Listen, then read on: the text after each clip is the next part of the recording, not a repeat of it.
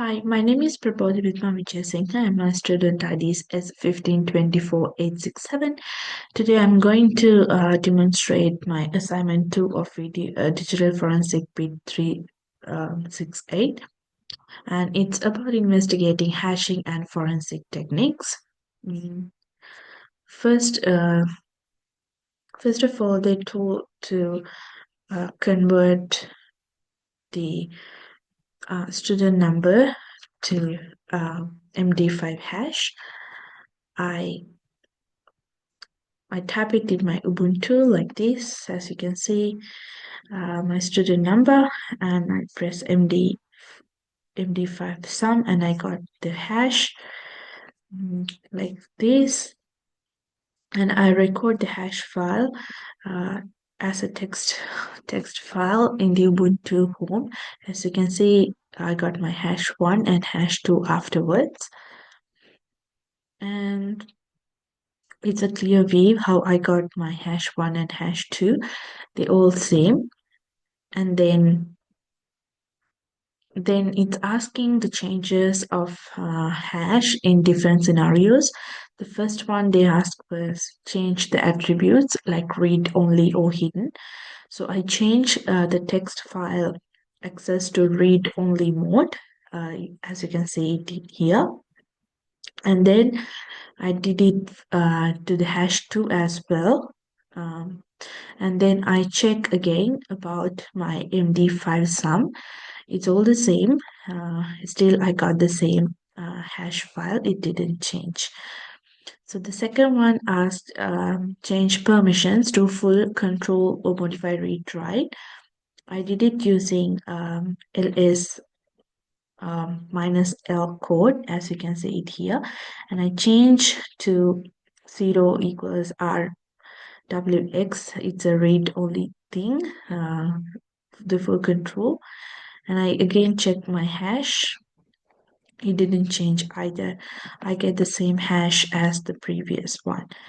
And then it asked to change the extension to text file and one to .x to software thing.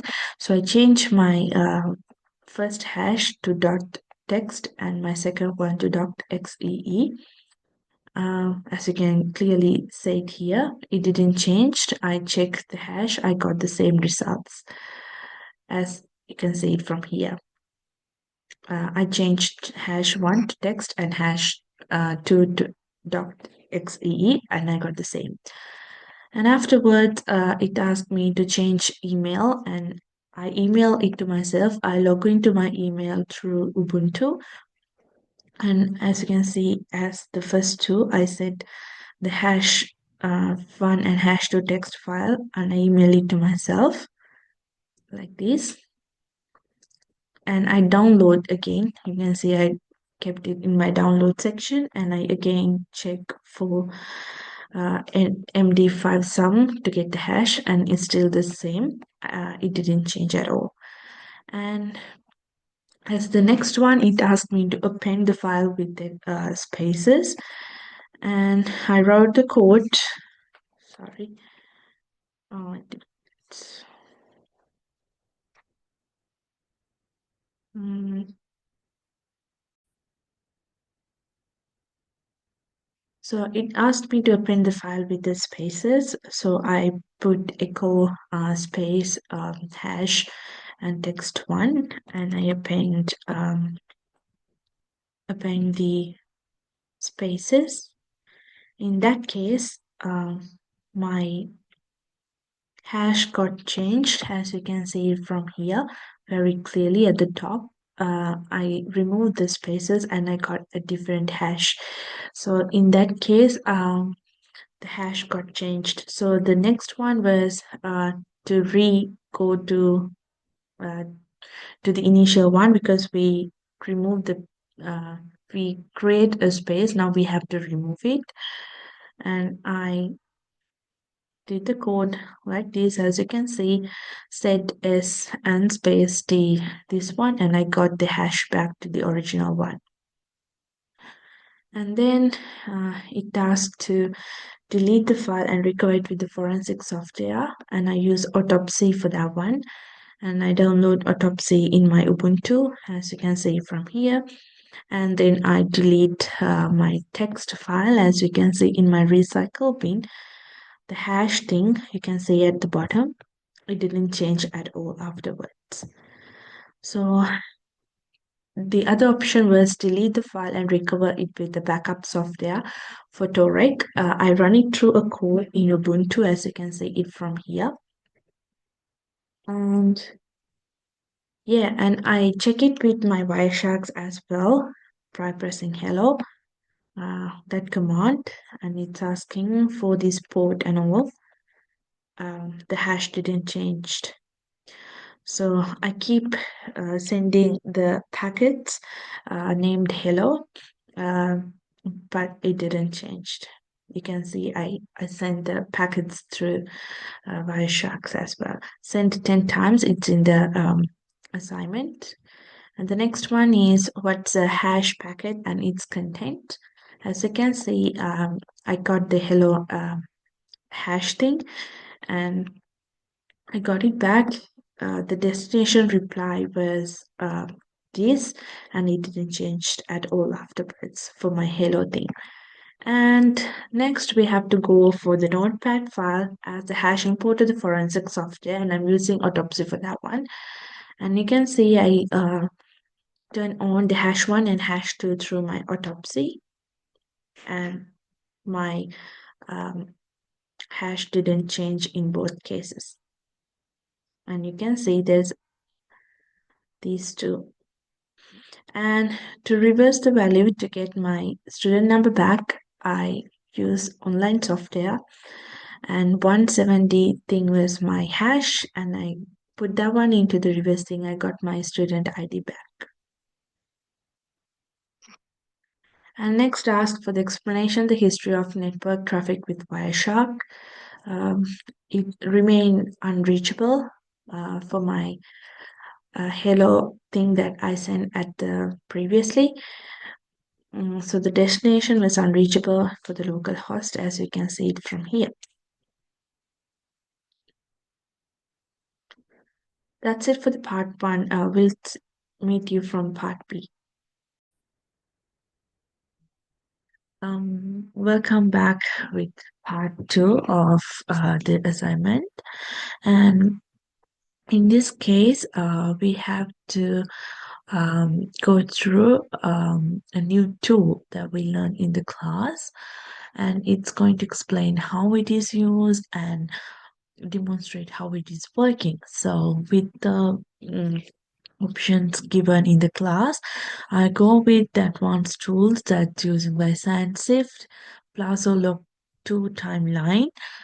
As you can see, I have a download suite workstation for this purpose, and we can run it on Windows as well. We can use it in Ubuntu as well, but I have used Shift workstation for this purpose. And Plazo is used for a timeline, all things based on Python engine. And most of the time, it's numerous automatic creations as tools, it's getting timelines. So also, log to timeline is a command line tool that is exacting events from individual files, a recursing directory, an example for mount point, and storage media as well. So if you go through, you can see first I have update my workstation to launch Plazo thing. And then I have installed Plazo tools and log to timeline version. It's all there. And we can use Plazo filtering cheat sheets that we can get from Google. In there, all the codes and how we have to perform it. And I have gone through a class of filtering cheat sheet, and you can see all the commands and what we have to type and how the guidelines are there. And also, this is the one that I follow, log to timeline, because my tool that I learned in a class is this one, and we can use this for file filters, passes, and options significant decrease number of events returned and time to execute. So as you can see, all the codes here that I ran through in my Ubuntu, it's kind of Ubuntu itself workstation. This is an example of log2 timeline and how it's working. And I have to say, uh, the the commands and its meaning. Image export command is used to as a tool that exporting images from the device. For example, in my saved workstation, if I stored something in there, I can export it using image export command. And log to timeline L22 is used as extract events from the data that has in Plazo storage files. And printful is used as Plazo storage files, and psort is used as processor handling filter sorting and explode data from Plazo storage files. And also you can see some codes that have included here, log to timeline and the storage and how to get it done. And I have included the usage of this, why we're going to use this one. The simplest way is the very common way to run the log to timeline. It's a Python based engine, as I explained before, without any additional parameters, only defining its outputs and inputs. Output can be the path, the file name that we stored in the our Swift workstation, and it will reveal the location, source, and the single file, or it's how it gives the storage and the media directory. Everything will be there. So this is a very advanced tool that we can use. um, and again, showing we can download it to our VMware or VirtualBox and to perform it's there. So this is my assignment for digital forensic in assignment 2. So yeah, thank you.